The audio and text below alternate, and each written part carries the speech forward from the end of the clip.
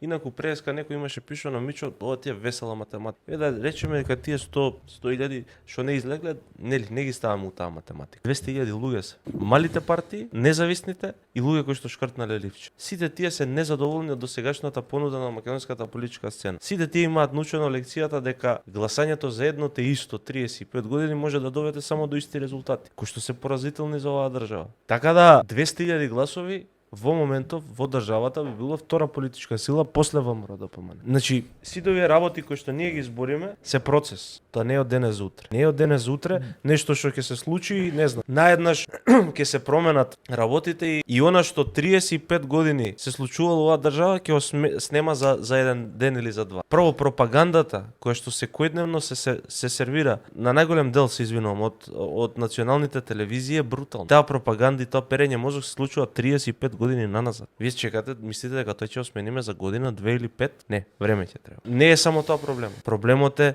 зависноста на голем дел луѓе од работа у државно, практично од јавната администрација и зависноста на голем дел луѓе од партијата. Чувството за припадност и однесувањето како секта, и тоа е проблем. Тоа треба време за да се искорени. Ама еднаш кој ќе падне, ќе видите како си иде напред. Ќе се изненадите.